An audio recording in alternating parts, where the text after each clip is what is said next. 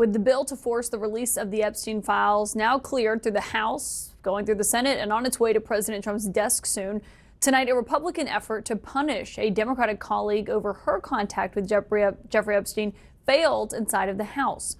That's because moments ago, lawmakers rejected a resolution to censure Democratic delegate Stacey Plaskett, she represents the Virgin Islands, for texting with Jeffrey Epstein during a 2019 hearing that featured Donald Trump's former fixer, Michael Cohen. These were texts that were among the 20,000 pages of documents the House released last week, and they show that Epstein texted Stacey Plaskett saying, quote, Cohen brought up Rona, keeper of the secrets, referring to Trump's longtime assistant, Rona Graff. Plaskett responded, quote, Rona, and then asked, quick, I'm up next. Is that an acronym? Epstein replied, that's his assistant. A few minutes later, Plaskett asked this. As Ms. Rona, what is Ms. Rona's position? Rona Graff is Mr. Trump's executive assistant. And would she be able to corroborate many of the statements that you've made here? Yes, her office is directly next to his, and she's involved in a lot that went on. A minute after Plaskett wrapped up her questioning there, Epstein texted her, quote, good work. The text exchange comes just 3 months after the Miami Herald published its investigation detailing Epstein's abuse of young girls. And tonight, House Democrats are fiercely defending Stacey Plaskett, with the leader, Hakeem Jeffries, calling the censure vote a political stunt, as Plaskett is echoing that defense and denying that Epstein had any influence on her questions. They've taken a text exchange which shows no participation, no assistance, no involvement in any illegal activity, and weaponized it for political theater. Because that's what this is.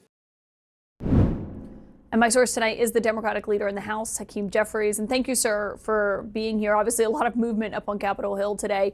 And you heard Stacey Plaskett there. She was arguing her texts with Jeffrey Epstein were not illegal. But in your view, were they appropriate?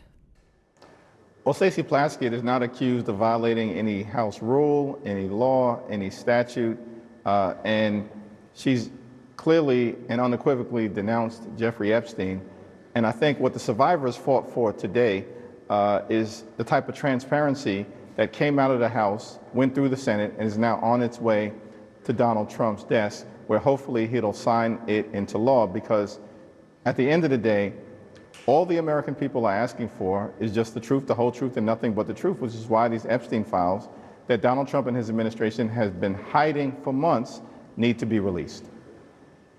But do you think it was appropriate for her to be texting with Jeffrey Epstein 11 years after he pleaded guilty? I mean, I have not had a conversation with Stacey Plaskett to discuss this issue, because we've been focused today on making sure that there was a decisive vote as it related to the Epstein files and the release. I'm thankful for the work of Representative Massey, of Ro Khanna, but most importantly, the survivors. Do you plan to talk to her about it? I think that we successfully defeated a resolution that lacked any basis, was not credible, and was being brought by an individual who was trying to weaponize this issue to reinvigorate his own failed gubernatorial campaign in South Carolina. It was rejected on a bipartisan basis on the floor today. That's the end of the story. Yeah, I was just asking if you personally believe messaging with Jeffrey Epstein, who is at that point a registered sex offender, is appropriate for a member of the House Democratic Caucus. That's the third time you've asked me this question, and I'm going to give you the same exact answer. Our focus today is on making sure that the Jeffrey Epstein files were released. If you want to have a conversation with Stacey Plaskett about it, I'm sure she'd be willing to talk to you. It was an illegitimate effort to try to remove her from the House Committee on Intelligence, and that was defeated in a bipartisan way. Well, let me ask you about you, because the White House has been highlighting an email that I'm sure you've seen today that Jeffrey Epstein got in 2013. They say it shows you were soliciting money and dinner from an Epstein. The email was not sent from you. It was sent from a political consulting firm called Dynamic SRG that says, we are thrilled to announce we are working with Congressman Hakeem Jeffries. Shoot us an email or give us a call if you would like to get involved. What's your response? Do you recall that email being sent to Jeffrey Epstein from that team? Yeah, of course, I have no recollection of the email. I've never had a conversation with him, never met him, know nothing about him other than the extreme things that he's been convicted of doing. And that's why, I'm just strongly supportive of the effort, backing the survivors to make sure that everything can come out, whatever is in those Department of Justice files. So you never got a donation from Jeffrey Epstein or anything like that? Certainly not. And just on this passing today, to this point, I mean, this is something that even Ro Khanna told me just a few moments ago, he never even thought it would get to this point today. I wonder what it says to you that the House Speaker, Mike Johnson, fought this so much and had a concern over, he was saying this discharge petition would create new victims, as he argued, because it was requiring the DOJ to release information where maybe the FBI hadn't reviewed it and determined it's not credible. I wonder what you made of how this culminated tonight. Well, I think it was a decisive bipartisan vote that, I think clearly, despite all of the efforts, 7 weeks of Republicans being on a paid vacation and refusing to swear in Representative Adelita Grijalva. Why was that done? Because they didn't want her to become the 218th signature on the discharge petition that ultimately resulted in the vote today. And so I don't think the Speaker has any credibility as it relates to this issue, but I'm thankful for the outcome today, thankful for the decisive vote in the Senate, and now it's on its way to President Trump's desk.